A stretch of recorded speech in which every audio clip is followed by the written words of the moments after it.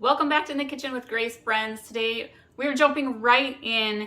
I just made no-bake chocolate cookies, and now we are making no-bake butterscotch cookies. Our family is half and half. Some of us like chocolate and some of us love butterscotch. It's a super hot day. Kids went back to school today, woohoo! And every year on the first day back to school, I make a sweet treat for the kids for their after-school snack.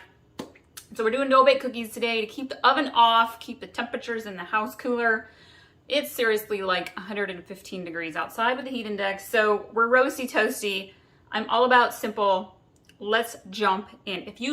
First of all, here's those no-bake chocolate cookies, friends. I will link to that recipe above. I just posted that video yesterday, so you can go check that one out as well. We're doing the butterscotch today. I usually use the quick oats, and you can see that they are small oats, but I'm about out, and so I'm a firm believer in using what you have on hand. And I have a big old thing of old-fashioned oats, and you can see that those oats are a lot bigger than the quick oats. Totally fine to use both. That's what I'm going to do. So we're going to start with 3 cups of oats. That's not quite one. We'll finish that off. There's 1. 2. We'll heap that one a little bit. 3. I will put all of the ingredients in the description below for you. Now we are going to hop over to the stove, get all of our other ingredients melting so we can make these butterscotch cookies. Let's go now. All right, so I'm going to start with half a cup, which is 1 stick of butter in my saucepan. I like to use, my other pans are dark on the inside, so I'm using this one because it's easier to see what we've got going on in the pan. I'm going to turn the stove burner on to medium heat, and we are going to get our peanut butter. We're going to add about half a cup, and I'm going to eyeball it. That's probably just a dash less. Let's grab just a little bit more. You don't want to short the peanut butter because it's literally what kind of holds your cookies together as they cool. Give this a little stir. This is one of those recipes you kind of got to slow stir as you go. We are going to add in 2 cups of sugar. I happen to have a half cup measuring spoon, so that's what I'm going to use because that's what fits in. My son's cat is like, "Where did you go, buddy?" You can hear him meowing at the bedroom door. So I'm going to do 4 half cups here for the 2 cups.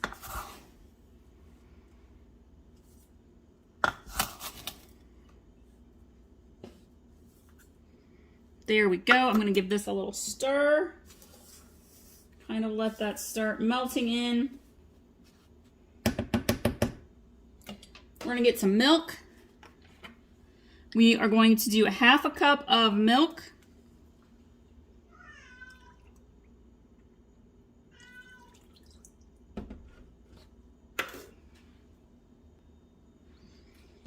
Let's give that a little stir.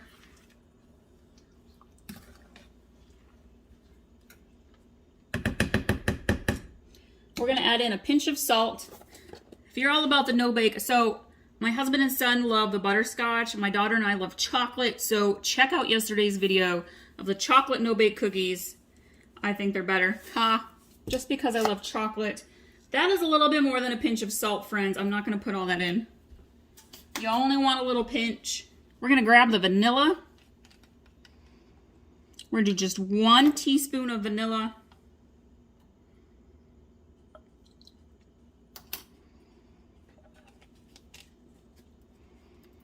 And then we are going to add in a secret. All right, if you are baking stuff with butterscotch, add in about a teaspoon. Well, I guess it depends on how much you're making. I usually add in 1/2 to 1 teaspoon of cinnamon because cinnamon and butterscotch pair so well together. It's kind of like a heavenly duo. And I'm going to actually, you know what? I'm going to sprinkle. Let's sprinkle it.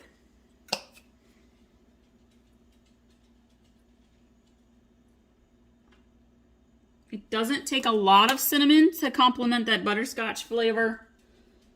So don't go overboard, but a little cinnamon is just delightful with butterscotch. Speaking of butterscotch, guys, I have oatmeal scotchy cookies and I have amazing butterscotch chocolate chip cookies that are so good. So check those recipes out as well.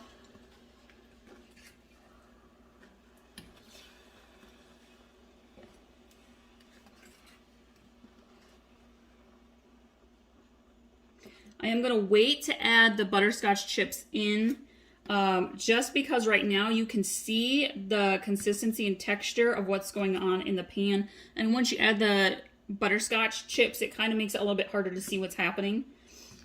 So I'm doing it in this order for your viewing. But you could totally right now add in your 1 cup of butterscotch chips.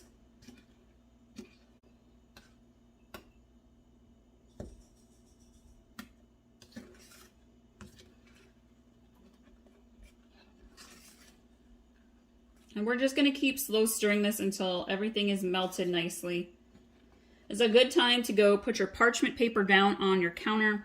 Now, if you're going to use all quick oats that are smaller, this is going to make a ton of cookies. I am using mostly old-fashioned oats, which are bigger, so it's going to make a fewer amount of cookies. So keep in mind, whichever oats, it's going to make a difference on how many cookies you get out of this batch. If I forgot to mention, all of the ingredients, you guys, are going to be in the description below. And you can totally pin and save our recipes as well. In the Kitchen with Grace 1 on Pinterest is our account over there. We're also on Facebook and Instagram, so check us out and follow us on those social media avenues as well. All right, we are getting there. I'm going to go ahead and add in my butterscotch chips.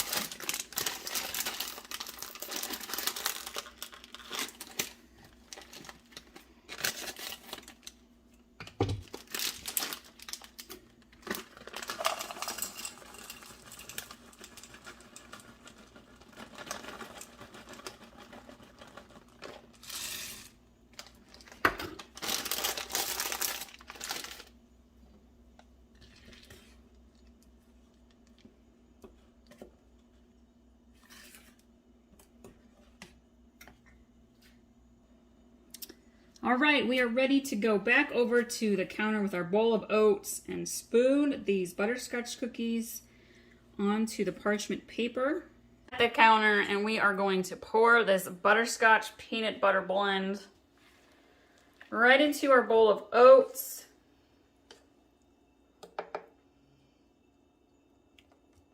We are going to mix these together. Make sure you scrape the bottom of your bowl well, because you want to make sure you get all of the oats. Oh, these smell so good. The guys are going to eat these up in like a day and a half. No joke. That's what happens with the butterscotch cookies in our house. If you find that you have little bits of your chocolate butterscotch chips in the bottom of your pan, that's totally okay. I think it adds a nice little extra bite of the butterscotch in the cookies. So don't worry if they're not all completely melted. And the texture of these butterscotch cookies is definitely a little bit runnier than the regular chocolate version. So you can add more than a half a cup of the peanut butter if you want to. I don't like to because I don't like the peanut butter to be overbearing. And so you can let your bowl of cookie mix sit for just a couple of minutes and kind of come together and thicken up a little bit that way.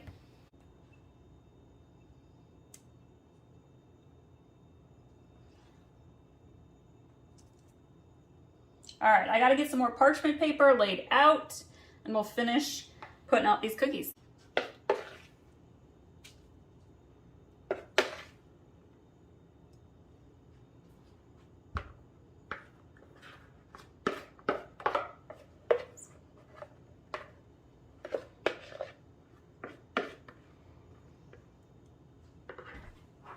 So I'm going to let these butterscotch cookies set out for a good 30 to 45 minutes. Let them set and firm up. you can see that the chocolate cookies that have been sitting out for a good 20 minutes already are firming up and setting nicely. You can speed up the process by putting the parchment paper onto a baking dish, sticking in your fridge for a good 15 to 20 minutes. However, I'm just gonna let mine sit out on the counter. I'll come back in about 45 minutes and I will put these into an airtight container. I actually like to cut my parchment paper up so that it fits perfectly into my container. I'll show you what that looks like here in a little bit. Thank you all so much, you guys, for watching today, and we'll see you next time. All right, I'm gonna show you how I cut this up for putting it into an airtight container. I happen to know that my size, you can kind of just judge, is gonna be about 2 rows for me. I love using this with the parchment paper in between the layers. Keeps your cookies from sticking and melting together if your house is a little bit on the warm side. I'm just using scissors.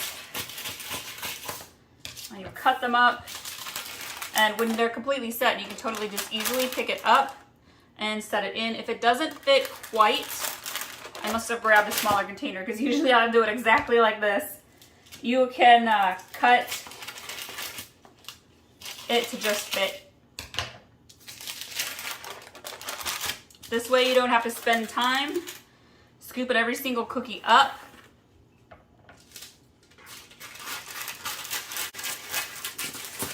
Just like so. And they fit perfectly. I have made 2 batches of no-bake cookies, so I'm gonna have to use a second container, but I'm gonna put the lid on. They store so well like this. We found this fun, even though my kids are teenagers, we found these fun little plates at the zoo when we went this summer.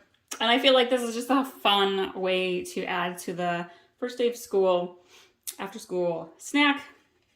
So they'll eat their cookies and see the cute little face underneath. If you have littles, that's a great way to give them a fun surprise after their first day back to school. Here we go, you guys. No-bake cookies, so easy.